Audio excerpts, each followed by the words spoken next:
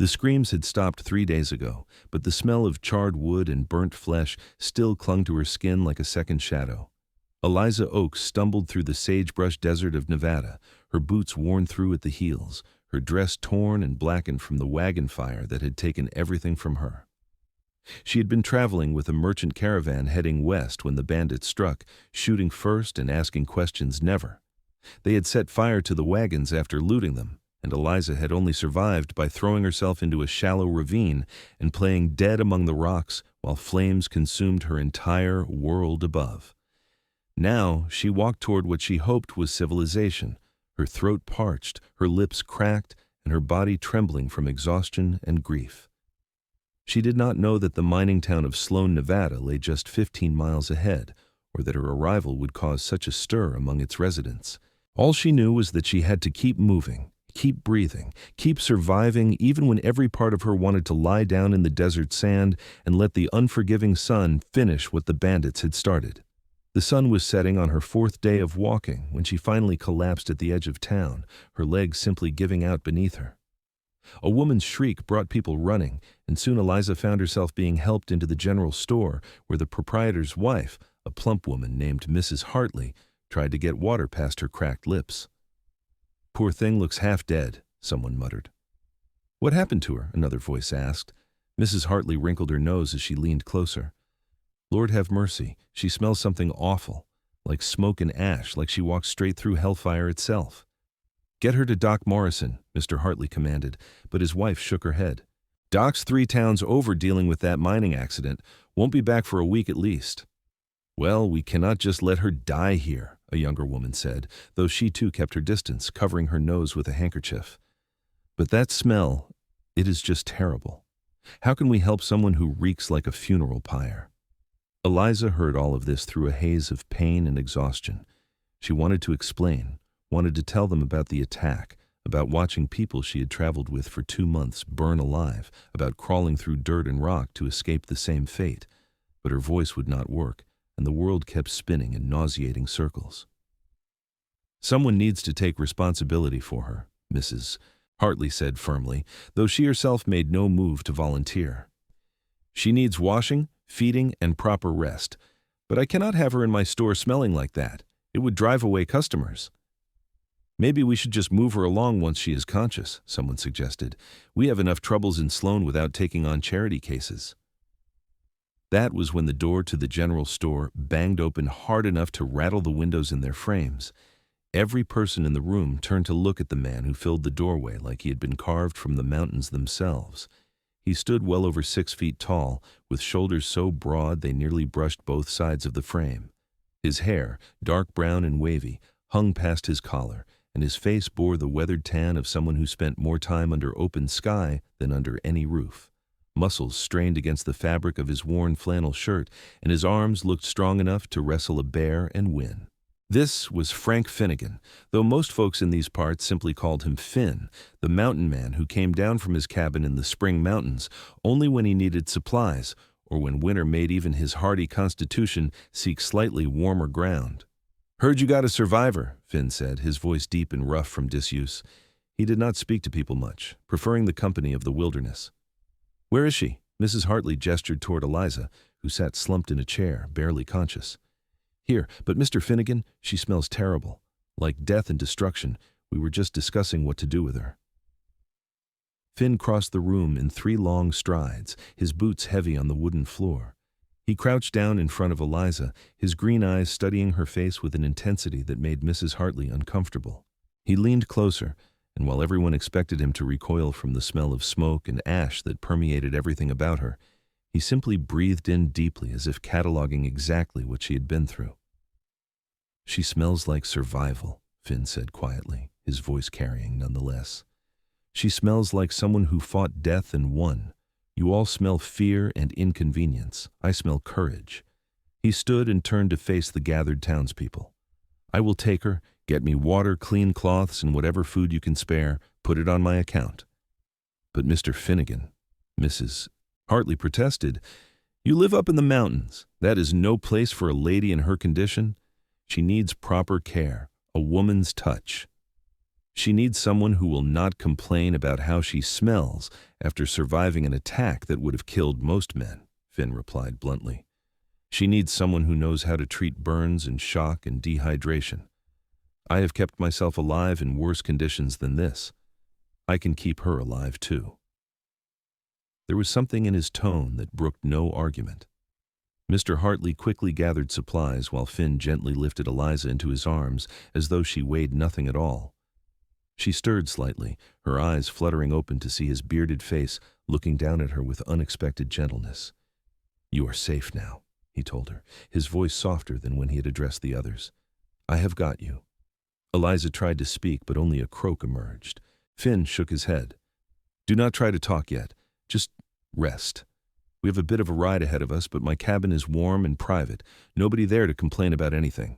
He carried her out to where his horse, a massive roan stallion named Brutus, waited patiently.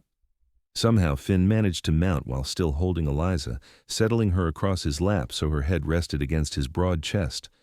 The supplies were tied to the saddle, and without another word to the watching townspeople, Finn urged Brutus into an easy walk away from Sloan. The ride took several hours, heading up into the foothills of the Spring Mountains, where the air grew cooler and the smell of pine began to overtake the desert sage. Eliza drifted in and out of consciousness, but each time she woke in confusion or fear, she felt the steady beat of Finn's heart beneath her ear and the iron band of his arms keeping her secure. Something about his solid presence, his unshakable calm, allowed her to relax in ways she had not been able to since the attack.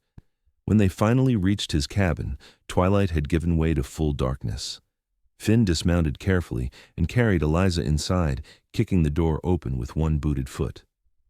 The cabin was larger than she expected, well built with thick log walls and a stone fireplace that already held the makings of a fire. He laid her gently on his bed, which was covered with fur pelts and wool blankets, then immediately set about stoking the fire to life. Once light and warmth filled the cabin, Finn brought over the supplies from town along with items from his own stores. He had clearly done this before, tending wounds in isolation because his movements were efficient and sure. He helped Eliza drink water slowly, just small sips at first, then gradually more as her body remembered how to function. "I need to clean your wounds," he said after she had drunk her fill. "Some of these burns need tending or they will fester. I will be as gentle as I can, but it is going to hurt. Do you understand?" Eliza managed a small nod. Her voice came out as barely a whisper. "Thank you." "No need for thanks, just focus on breathing through the pain." He was true to his word about being gentle, but even so, the process of cleaning her burns and cuts made Eliza cry out more than once. Finn worked with careful precision, his large hands surprisingly deft as he applied salves and wrapped bandages. He never once commented on how she looked or smelled, treating her with a respect and dignity that the townspeople had not bothered to extend. When he finished, he helped her into one of his clean shirts, which hung on her like a dress, then tucked her back into his bed. "You will sleep here. I will take the floor by the fire." "I cannot take your bed," Eliza protested weakly. "You can, and you will." His tone left no room for argument, but it was not unkind. "You need proper rest. The floor will not kill me for a few nights." He prepared a simple meal of venison stew from the pot he kept simmering over the fire, and somehow coaxed several spoonfuls into Eliza before exhaustion claimed her completely. She fell into a deep sleep, the first real rest she had known since the attack, while Finn settled himself on the floor with his own bedroll and watched the fire burn low. The next morning, Eliza woke to sunlight streaming through the cabin's windows and the smell of coffee and frying bacon. Her body ached in 1,000 places, and her throat still felt raw, but the crushing weight of death no longer pressed quite so heavily on her chest. She sat up slowly, wincing at the pull of her wounds, and looked around the cabin with clearer eyes. It was a bachelor's space, certainly, but surprisingly tidy. Animal pelts hung on one wall, and a collection of hunting and trapping equipment lined another. Books sat stacked on a rough-hewn table, and she was surprised to see that they ranged from practical manuals to poetry. The fireplace dominated the main room, and a small kitchen area occupied one corner. 2 additional doors led to what she assumed were a storeroom and perhaps a bathing area. Finn looked up from where he was cooking and gave her a slight nod. "You are awake. How do you feel?" Like I was trampled by a horse and then set on fire, Eliza admitted, her voice still hoarse but functional. But better than yesterday. Thank you for taking me in. Those people in town, they were going to turn me away. Those people are fools, Finn said bluntly, plating up bacon and eggs. They live soft lives and do not recognize strength when they see it. Come, eat. You need food to heal. Eliza managed to stand and make her way to the table, though her legs shook with the effort. Finn watched her carefully, but did not offer help unless she needed it, seeming to understand that she needed to feel capable of something, even if it was just walking across a room. The food tasted better than anything she had eaten in weeks, and she ate slowly, savoring each bite. Finn ate his own breakfast in companionable silence, not pushing her to talk before she was ready. Finally, when she had finished, Eliza set down her fork and met his eyes. My name is Eliza Oakes. I was traveling with a merchant caravan from St. Louis heading to California. We were 3 weeks out when bandits attacked us in the night. They killed everyone, shot the men and the horses, then set fire to the wagons. I only survived because I fell into a ravine and they thought I was dead. I had to listen to people I knew burning alive while I hid in the rocks. Her voice broke on the last words, and tears streamed down her face. Finn reached across the table and covered her hand with his own. His palm was rough with calluses, but his touch was gentle. You survived, he said simply.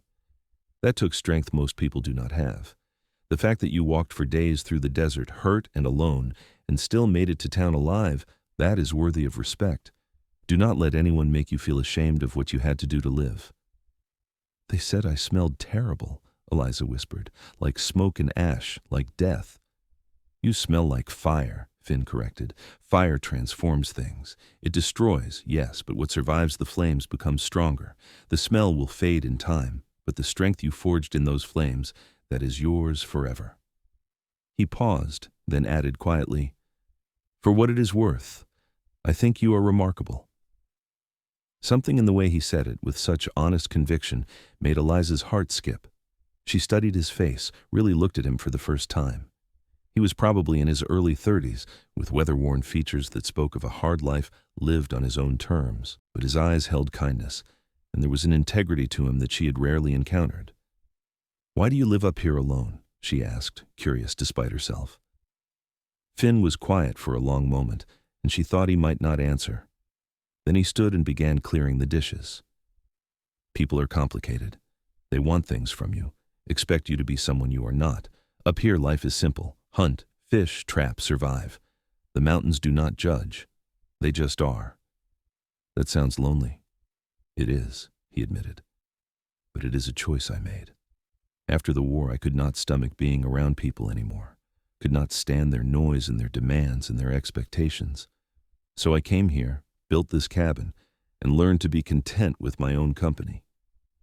The war, Eliza asked softly, understanding dawning. V fought for the Union, saw things no man should see, did things I am not proud of. When it ended in 65, I headed west and kept going until I found a place where the memories did not follow quite so closely. He turned back to her, his expression guarded. That was 12 years ago. This is 1877, and I have been alone up here for most of it. Eliza did some quick math in her head. If he had fought in the war, he was probably in his mid-30s, maybe 34 or 35. She herself was 23, having been born in 1854. The age difference was noticeable but not scandalous, not in these times when women often married older men who could provide stability. Not that she was thinking about marriage to this man she had just met. That would be absurd. Except her heart seemed to be beating a bit faster whenever he looked at her with those intense green eyes, and she felt safer here in his isolated cabin than she had felt in months. Over the next few days, a routine developed between them. Finn would wake early and tend to his various tasks, checking his trap lines, hunting for fresh meat, chopping wood, and maintaining the cabin. Eliza rested and healed, her strength gradually returning under his careful care. He changed her bandages daily, his touch always professional but gentle, and made sure she ate regular meals even when she had no appetite. In the evenings, they would sit by the fire and talk. Eliza learned that Finn had been a farmer's son from Ohio who had enlisted at 18 and come home at 23 feeling like an old man. He had tried to return to farming, but found he could not bear being around people who had not seen what he had seen, who could not understand the nightmares that woke him screaming. So he had packed what little he owned and headed west, eventually finding this spot in the Spring Mountains where he could build a life on his own terms. She told him about her own life, growing up in St. Louis as the daughter of a schoolteacher who had died when she was 16. Her mother had passed when she was just a baby, so it had always been just her and her father. When he died, she had tried to make it on her own, but opportunities for unmarried women were limited. She had been heading to California with vague hopes of finding work as a teacher or governess, anything that might allow her to build a new life. "What will you do now?" Finn asked one evening about a week into her stay. "When you are healed enough, I mean." The question struck Eliza like a physical blow because she had been deliberately not thinking about it. The truth was, she had nowhere to go. No family, no money beyond the few coins hidden in her boot that the bandits had not found, no possessions except the clothes she had worn. California seemed impossibly far away now, and she had no means to get there. "I do not know," she admitted quietly. "I suppose I could try to find work in Sloan, save up enough to continue west eventually." Finn stared into the fire, his jaw working as if he was wrestling with something. Finally, he spoke without looking at her. "You could stay here, if you wanted. I mean, just until you figure things out. Or longer. Whatever you need." Eliza's breath caught. "I could not impose on you like that." "It is not an imposition." He finally turned to meet her eyes, and what she saw there made her heart race. "Truth is, Eliza, having you here this past week, it has been nice, real nice. The cabin does not feel so empty. I do not feel so alone. I know I am not much for company, and I know I am set in my ways, but if you wanted to stay, I would be glad of it." "Finn, Eliza started, not sure what she wanted to say. Part of her wanted to accept immediately, to grab onto this offer of safety and stability like a drowning person grabs a rope. But another part worried about propriety, about what it would mean for an unmarried woman to live alone with a man in an isolated cabin.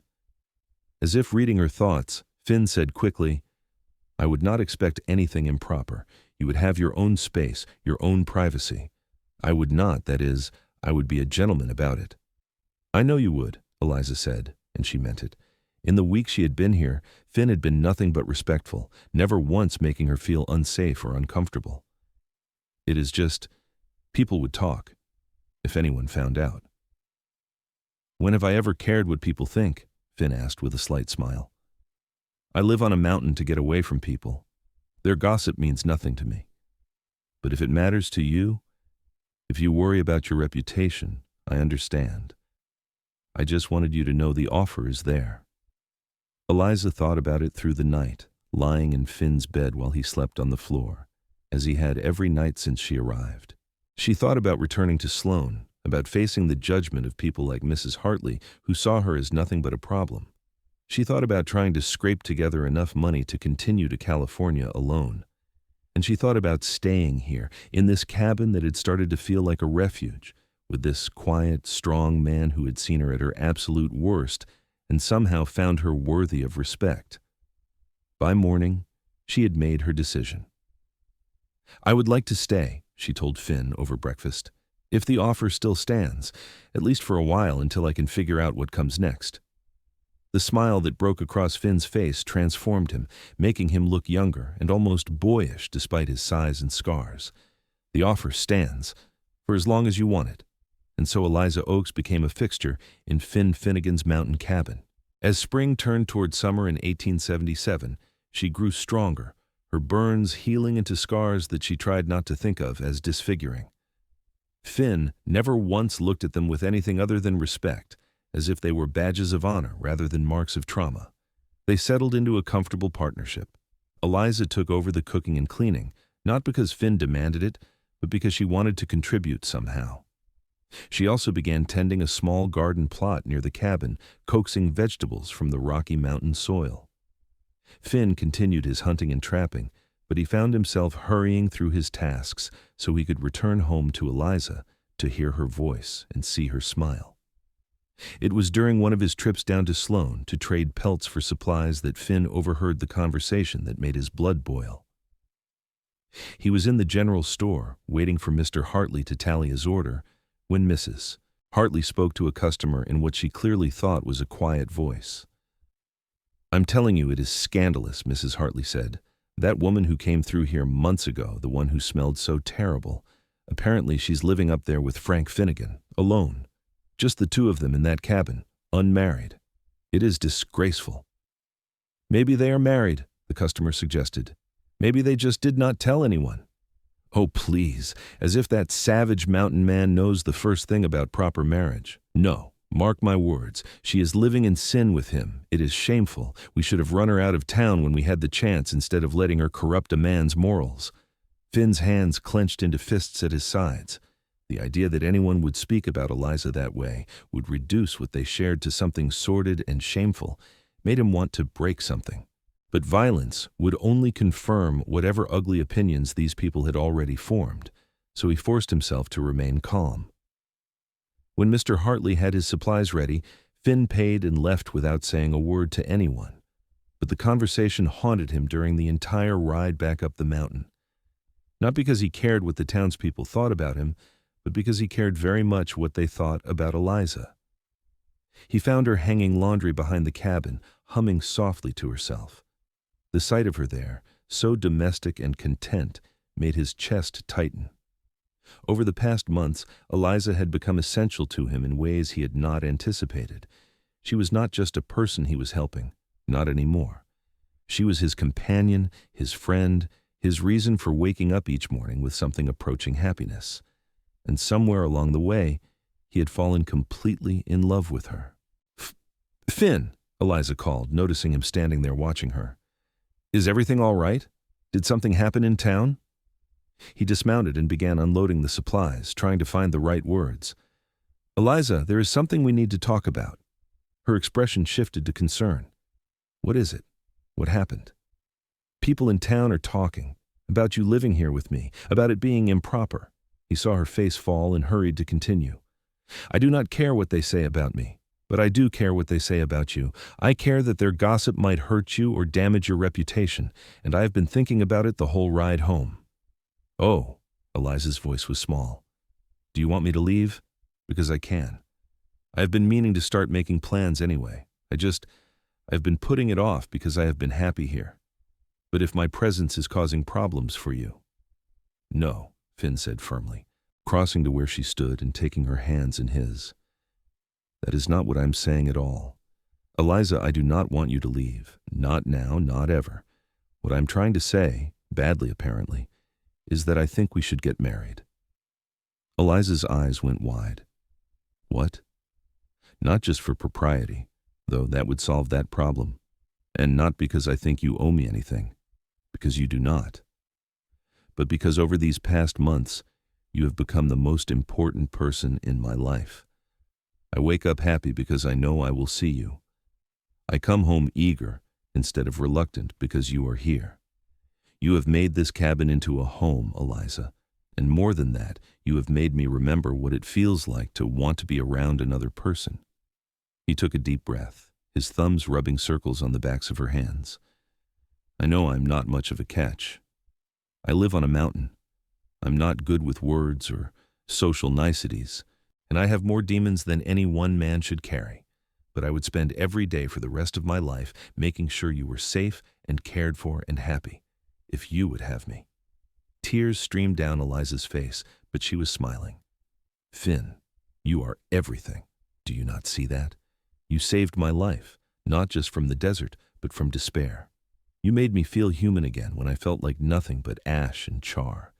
You never once looked at me like I was damaged or pitiful. You saw me, really saw me, and somehow you found something worth caring about." "I found everything worth caring about," Finn corrected quietly. "So is that a yes?" "Yes," Eliza laughed through her tears. "Yes, of course, yes. I love you, Finn. I think I have loved you since you told those people in town that I smelled like survival instead of shame. I love you, and I want to stay here with you forever." Finn pulled her into his arms, holding her carefully as if she were something precious. "I love you too," he said against her hair, "more than I thought I could ever love anything." They kissed there in the mountain sunshine, with the laundry flapping in the breeze and Brutus munching grass nearby. It was not the most romantic setting, perhaps, but to them, it was perfect. They were married 2 weeks later in Sloan, with the minister officiating and Mr. and Mrs. Hartley serving as witnesses despite Mrs. Hartley's obvious disapproval. Finn wore his cleanest clothes and had trimmed his hair and beard, though he still looked every inch the mountain man he was. Eliza wore a simple blue dress that Finn had bought for her in town, and she had never felt more beautiful. When the minister pronounced them man and wife, Finn kissed her with such tenderness that even Mrs. Hartley had to dab at her eyes, though she would later claim it was just dust in the air. They returned to the cabin as a married couple, and that night Finn finally slept in his own bed with Eliza beside him. They made love gently, carefully, Finn always mindful of her scars and old injuries. Afterward, they lay tangled together under the furs and blankets, listening to the night sounds of the mountain. "Happy?" Finn asked, his fingers tracing idle patterns on her shoulder. "More than I have ever been," Eliza replied honestly. "I know it is strange. 6 months ago, I lost everything. My life was destroyed. And now here I am, married to a mountain man in Nevada, living in a cabin in the wilderness, and I have never felt more at peace." "Maybe that's what fire does," Finn said thoughtfully. "Burns away everything that does not matter, leaves only what is essential. You survived the flames, Eliza. What came after was your reward." "You are my reward," she corrected, tilting her head up to kiss him. "You are my everything." The years that followed were the happiest either of them had known. Eliza thrived in the mountain life, learning to help with the traps and the hunting, becoming as capable in the wilderness as Finn himself. She never lost her love of books and teaching, and over time, she began teaching children from the few other families who lived scattered through the mountains, holding lessons in the cabin twice a week. Finn softened under her influence, becoming more comfortable with occasional visitors and even making a few friends among the other mountain folk. But he never lost his essential nature, his preference for solitude and simplicity. He just made room in that life for Eliza, and later, for their children. Their first child, a son they named Frederick James, was born in the spring of 1879, delivered with the help of a midwife from a neighboring homestead. Finn held his son in his massive hands and cried, overwhelmed by the perfection of this tiny human they had created together. Eliza watched her husband transform into a father, his protective instincts extending to encompass their child with fierce devotion. 2 years later, a daughter arrived, whom they named Emma Grace. She had her mother's dark hair and her father's green eyes, and from the moment she could walk, she was following Finn around like a shadow, determined to learn everything about life in the mountains. And 3 years after that, another son came into the world, Martin Thomas, who was quieter than his siblings, but possessed a keen intelligence that reminded Eliza of her father. The cabin expanded over the years, with Finn building additional rooms to accommodate their growing family. It never became grand or fancy, but it was warm and filled with love, and that was all that mattered to either of them. On their 10th anniversary, Finn and Eliza took a rare trip without the children, leaving them with a trusted neighbor for a night.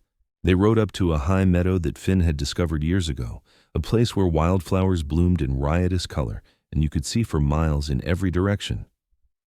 They sat together watching the sunset, Eliza leaning back against Finn's broad chest while his arms wrapped around her. "Do you ever regret it?" Finn asked quietly. "Staying here with me instead of going to California, living a more conventional life?" Eliza twisted to look at him, her expression incredulous. "Regret?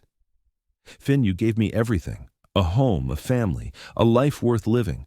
How could I possibly regret any of this? Sometimes I wonder if you would have been happier with more. A proper town, a big house, fancy things. You deserve all of that." "I deserve to be loved," Eliza said firmly. "I deserve to be safe and respected and cherished. And you give me all of that every single day. The location and the luxuries do not matter, Finn. You are what matters. You and our children and the life we have built together. This is everything I ever wanted, even when I did not know to want it." Finn kissed her forehead, breathing in the scent of her hair. Over the years, as Eliza had healed and time had passed, the smell of smoke and ash had faded away completely. Now she smelled of pine and fresh air, of the herbal soap she made, of home. But sometimes, When the sun hit her scars at just the right angle, or when she had that faraway look that meant she was remembering the attack, Finn still caught the faintest whiff of that original scent, the smell that had first told him who she really was. A survivor, a fighter, a woman worth loving with everything he had. "I love you," he told her, as he had told her countless times over the years, "more than I can ever properly express." "I love you too," Eliza replied, as she always did, "my mountain man, my hero, my home." They stayed in the meadow until the stars came out, mapping constellations and dreaming about the future. They talked about what would happen when the children grew up and started lives of their own, about whether they would stay in the mountains or venture out into the world. They made plans to expand Eliza's teaching to include more children from town, possibly even starting a proper school.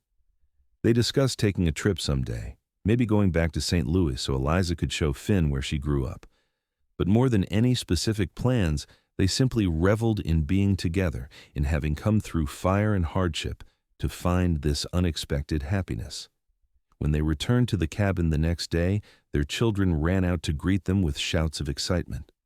Frederick, now 8 years old and already showing signs of his father's height and build, grabbed Finn's hand and began talking a mile a minute about a deer he had seen. Emma, 6 and fearless, climbed her father like a tree until she was perched on his shoulders, and Martin, 3 and still a bit shy, held tight to Eliza's skirt and smiled up at her with absolute adoration.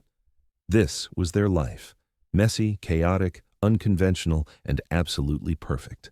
As the years continued to pass, the Finnegan family became something of a legend in the area around Sloan. People told stories about the mountain man who had rescued a woman smelling of smoke and ash, who had seen past the surface to the strength beneath. Children grew up hearing how Eliza Oakes had survived an attack that killed everyone else, how she had walked through the desert alone, how she had found love in the most unexpected place. Some of the stories got exaggerated over time, as stories do. Some versions claimed Finn had fought off the bandits himself to save Eliza. Others said she had been trapped in a burning building he had pulled her from. But the core of the story remained true. He had seen her when she was at her lowest, when everyone else wanted to turn her away, and he had recognized her worth. On their 15th anniversary, Frederick, now 13 and already nearly as tall as his father, asked them to tell the real story of how they met. The family gathered around the fire that evening, with Emma and Martin eager to hear it again, despite knowing it by heart, and Finn and Eliza took turns recounting their early days. "The thing you have to understand," Eliza said, her hands gesturing as she spoke, "is that I thought my life was over. I'd lost everything and everyone. I could barely walk, could barely breathe, and those people in town looked at me like I was something disgusting, like I was already dead and just too stupid to lie down." "But Pa did not see you like that," Frederick said, leaning forward. "No," Finn agreed, smiling at his wife. "I saw someone who had survived something terrible. I saw strength and courage and determination. I saw a woman who refused to give up even when giving up would have been easier. And I knew that anyone who could survive what she had survived was someone special." "Ma always says you saved her life," Emma chimed in. "But Ma, did you know you were saving Pa's life too?"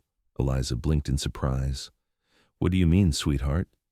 Emma looked at her father, then back at her mother. "Pa was so lonely up here before you came. He did not have anyone to talk to or laugh with. He was just surviving, not really living. But when you came, you made him happy again. So you saved each other." There was a moment of silence as Finn and Eliza stared at their daughter, struck by the wisdom in her observation. Then Eliza reached over and squeezed Finn's hand. "Your daughter is very smart," she said softly. "She is absolutely right. We saved each other." That night, after the children had gone to bed, Finn and Eliza stood outside the cabin, looking up at the stars. It was something they did often, needing to occasionally step away from the noise and energy of 3 active children to simply be together. 15 years, Eliza mused. It seems like yesterday and also like forever ago, all at once. "Best 15 years of my life," Finn said, pulling her close against the mountain chill. "Though the first 23 were not great, so that is not a high bar." Eliza laughed and elbowed him gently in the ribs. "The first 23 years of my life were not exactly wonderful either, except for the time with my father, but these last 15, Finn, these have been everything." "We have built something good here," Finn said, his voice full of satisfaction. A family, a home, a life. It is not what I thought I wanted when I first came to these mountains, but it is better than anything I could have imagined. They stood in comfortable silence for a while, simply existing together in the peace of the night. Then Eliza spoke again, her voice thoughtful. Do you ever think about that day in the general store, when Mrs. Hartley complained about how I smelled? Sometimes, Finn admitted, usually when I'm feeling particularly grateful for everything that followed. Why? I just think about how close we came to never happening. If you had not walked in at that moment, if you had not offered to take me, if you had believed what they said about me being too much trouble, we would have missed all of this. Finn turned her to face him, his hands gentle on her shoulders. Eliza, there was never any chance of me not taking you. From the moment I heard there was a survivor, I knew I had to help. And from the moment I saw you, something in me recognized something in you, like calling to like, survivor to survivor. Maybe I knew even then that you were going to change my life. I love you so much, Eliza whispered, tears glistening in her eyes. Even after all these years, sometimes it overwhelms me how much I love you. I know the feeling. Finn replied, then kissed her with the same passion and tenderness he had shown her on their wedding day. More years passed, each one bringing its own challenges and joys. Frederick grew into a young man who combined his father's physical strength with his mother's intelligence, eventually marrying a girl from Sloan and building his own cabin not far from his parents. Emma remained wild and free-spirited, learning to hunt and trap as well as any man, though she eventually found love with a fellow teacher who shared her passion for education. Martin, the quiet observer, developed a talent for writing and eventually became a journalist, though he always returned to the mountains between assignments. Through it all, Finn and Eliza remained each other's constant, their love deepening with each passing year. They supported each other through the hard times, when a harsh winter nearly wiped out Finn's trap lines, when Eliza fell ill with a fever that had Finn terrified of losing her, when they received word that the bandit gang that had attacked Eliza's caravan had finally been caught and brought to justice decades after their crimes, and they celebrated together during the good times, when Frederick's first child was born, making them grandparents, when Emma's school became so successful it had to expand to a second building, when Martin's articles were published in newspapers across the country. On their 25th anniversary, the entire family gathered at the cabin for a celebration. There were now 5 grandchildren, with another on the way, and the small cabin that had once housed just Finn was bursting with noise and laughter and love. They roasted a whole pig over an outdoor fire, and there was music and dancing and storytelling that went on late into the night. At one point, Finn found himself standing apart from the party, just watching his family with a sense of overwhelming gratitude. Eliza found him there and slipped her hand into his. "What are you thinking about?" she asked. "About how empty my life would have been without you," Finn replied honestly. "Look at all of this, Eliza. This whole big, beautiful, chaotic family. None of it would exist if you had not stumbled into Sloan that day smelling of smoke and ash. None of it would exist if you had not been brave enough to see past that smell to the person underneath," Eliza countered. "You gave me back my life, Finn. Everything that came after, all of this, it is your gift to me." "No," Finn said firmly. "This is our gift to each other. You are the one who taught me how to live again, how to open my heart after I thought it was closed forever. You made me better, Eliza. You made me whole." They kissed as their children and grandchildren cheered, having noticed the tender moment. Frederick raised his glass in a toast, his voice booming across the gathering.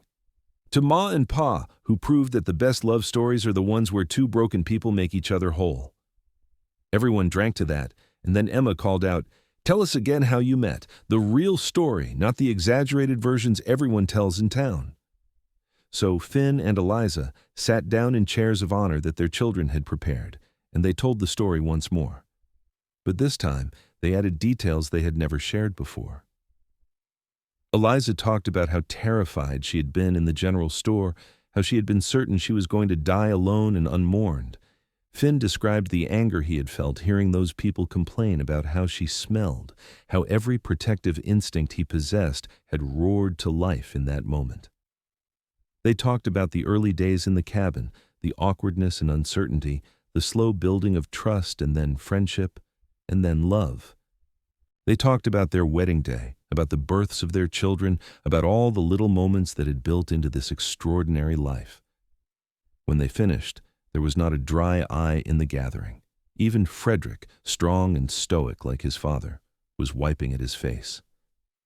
"I want a love like that," one of the grandchildren said, her voice full of longing. "I want someone who sees me when I'm at my worst and loves me anyway." "Then never settle for less," Eliza told her seriously. "Wait for someone who makes you better, who sees your strength even when you cannot see it yourself. That is what real love looks like." The party went on late into the night, but eventually people began to drift off to bed. Frederick's family had set up tents nearby. Emma and her husband took one of the spare rooms, and Martin bedded down on the floor with his nephews. Finally, Finn and Eliza were alone in their own bed, exhausted but happy. 25 years, Eliza said wonderingly. "Sometimes it still feels like a dream. Like I will wake up and still be in that general store, dying and alone." "You are never going to be alone again," Finn promised her, pulling her close. "Even when we are both old and gray, when our bones ache and our eyes fail, you will have me beside you, always." "Good," Eliza said, kissing him softly, "because I fully intend to grow old and gray with you, Finn Finnegan. We have earned our happy ending." "This is not an ending," Finn corrected. "This is just the middle of a very long, very happy story. We have got years left, Eliza, years and years." And he was right. They had many more years together, watching their grandchildren grow and their family expand even further. They celebrated their 30th anniversary, then their 35th, still as in love as they had been in those early days when Finn had first carried Eliza into his cabin. On their 40th anniversary, now well into their 60s, they once again took a trip up to their special meadow. They moved slower now, their bodies bearing the marks of age and hard living, but they still made the climb, still sat together watching the sunset, as they had so many times before. 40 years, Eliza said, shaking her head in wonder. "How did we get so lucky, Finn?" "I've stopped trying to figure it out," Finn replied, his voice still deep though now slightly roughened with age. "I just accept it as the gift it is. Every morning I wake up next to you is another day I did not deserve, but got anyway." "We both deserve this," Eliza said firmly. "After everything we went through before we found each other, we earned every bit of happiness we have had together." They sat in comfortable silence, watching the colors paint the sky. Finally, Finn spoke again, his voice contemplative. "Do you remember what I said to those people in the general store? When they complained about how you smelled?" "You said I smelled like survival," Eliza replied, "like courage. I meant it then, and I still mean it now. You are the strongest person I have ever known, Eliza. You survived things that would have broken most people, and you came out of it with your heart still intact, still able to love and trust. That is remarkable." "I am only strong because you showed me I could be," Eliza said. "Before you, I felt like nothing, like I had died in that attack and was just a ghost going through motions. But you made me feel human again. You made me feel valuable. You gave me back myself, Finn." "We gave each other everything," Finn said, pulling her close. "That is what the best partnerships do. They make both people better than they could ever be alone." As the sun finally dipped below the horizon, painting the world in shades of purple and gold, Finn and Eliza sat together in perfect contentment. They had built an extraordinary life from the ashes of their separate tragedies, proving that sometimes the best things come from the worst circumstances. The smell of smoke and ash had long since faded, but the love it had sparked burned as brightly as ever, a flame that 40 years of life together had only made stronger.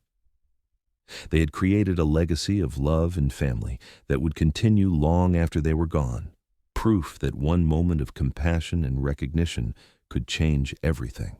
They stayed in the meadow until the stars came out, just as they had 40 years before, still finding new things to talk about, still making each other laugh, still completely and utterly in love. And when they finally made their way back down the mountain to their cabin, it was with the certain knowledge that they had found what everyone searches for. A love worth surviving for, a partnership worth building a life around, and a happiness that transcended any hardship they had faced. The cabin still stood in the Spring Mountains, now surrounded by the homes of their children and grandchildren, all of whom had chosen to stay close to the place where the family had begun. The Finnegan name had become synonymous with integrity, hard work, and devotion, all lessons learned from watching Finn and Eliza love each other through 4 decades of life.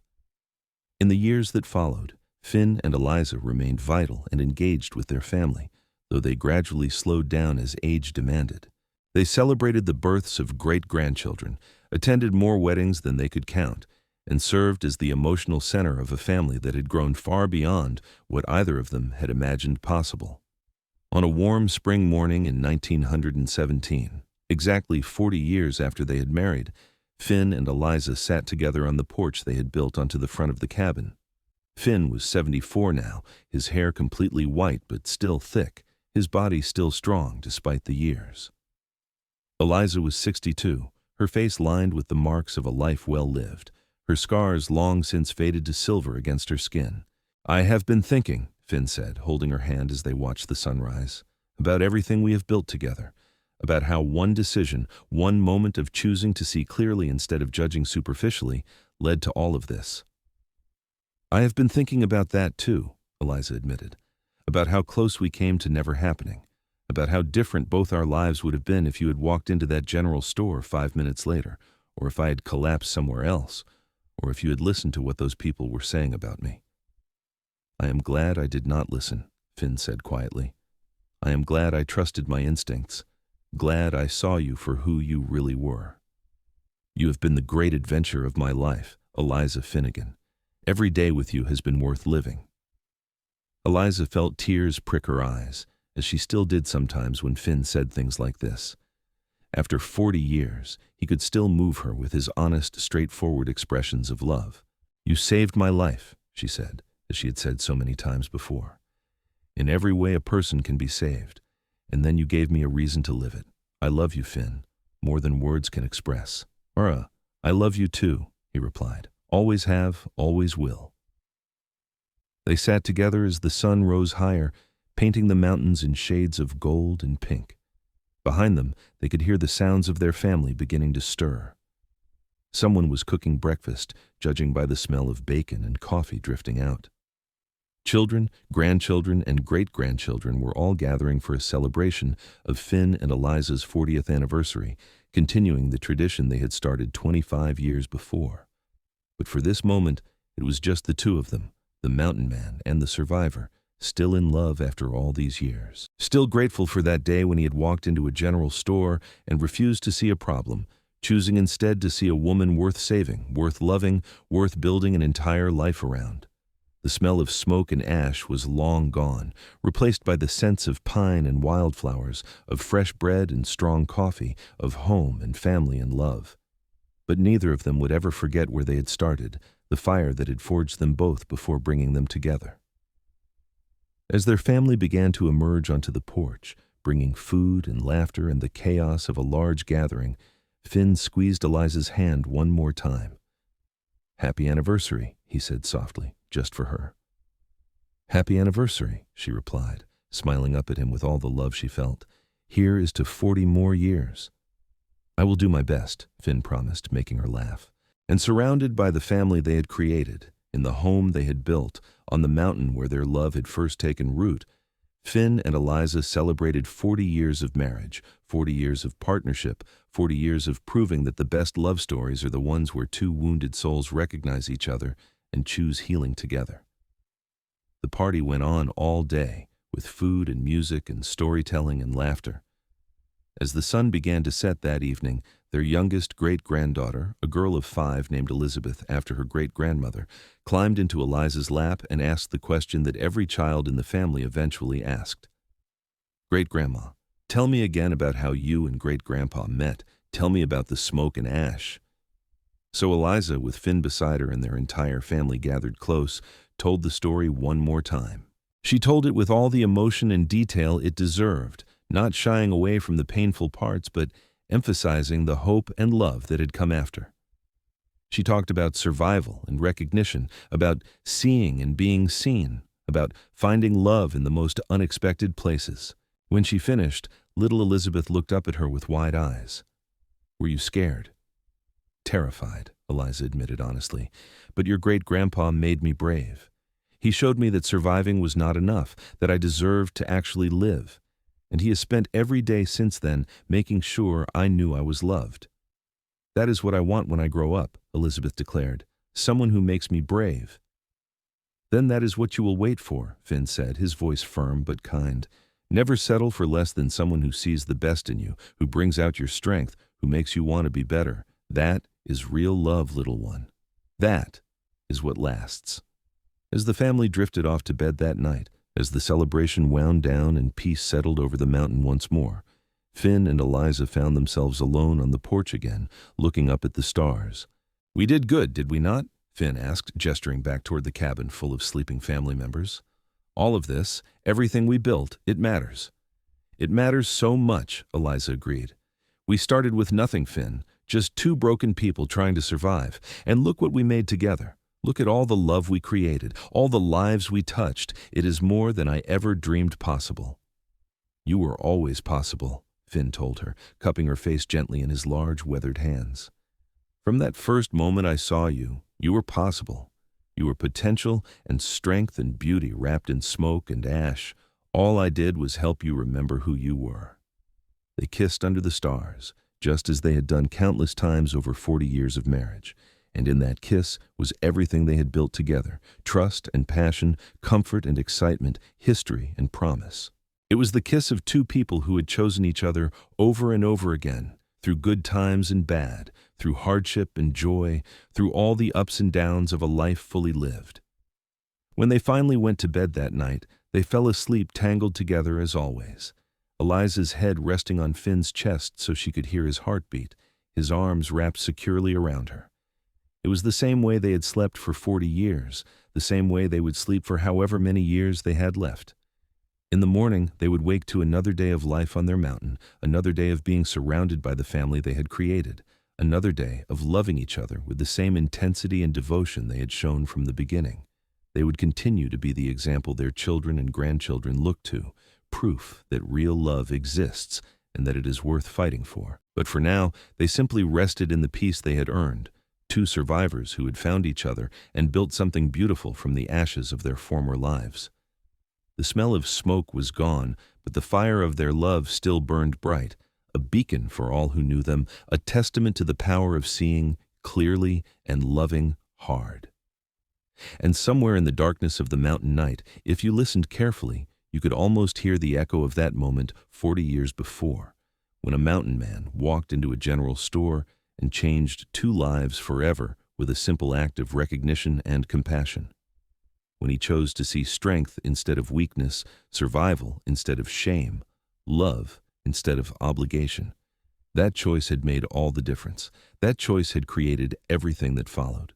And that choice would continue to resonate through the generations of the Finnegan family, teaching each new member the value of looking past the surface, of recognizing worth in unexpected places, of loving hard and protecting fiercely and building something that lasts.